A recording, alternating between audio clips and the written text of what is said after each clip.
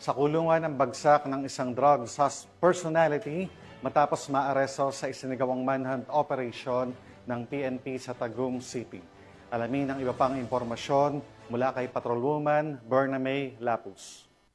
Tado sa isinagawang manhunt Charlie operation ng Tagum City Police Station ang isang wanted person sa Purok Bayanihan, Barangay Visayan Village nitong Agosto 11 taong kasalukuyan.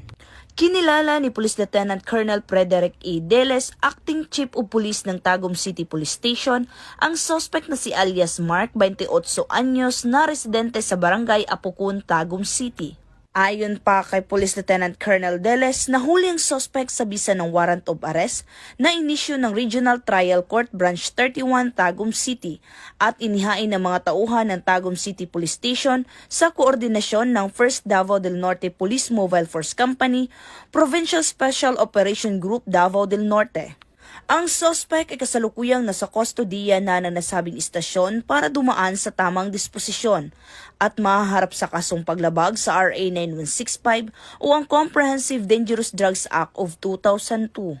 Ang nasabing operasyon ay bahagi ng patuloy na kampanya ng kapulisan laban sa mga wanted person at sa pagpapatupad ng batas upang mapanatili ang kapayapaan at kaayusan sa buong rehiyon.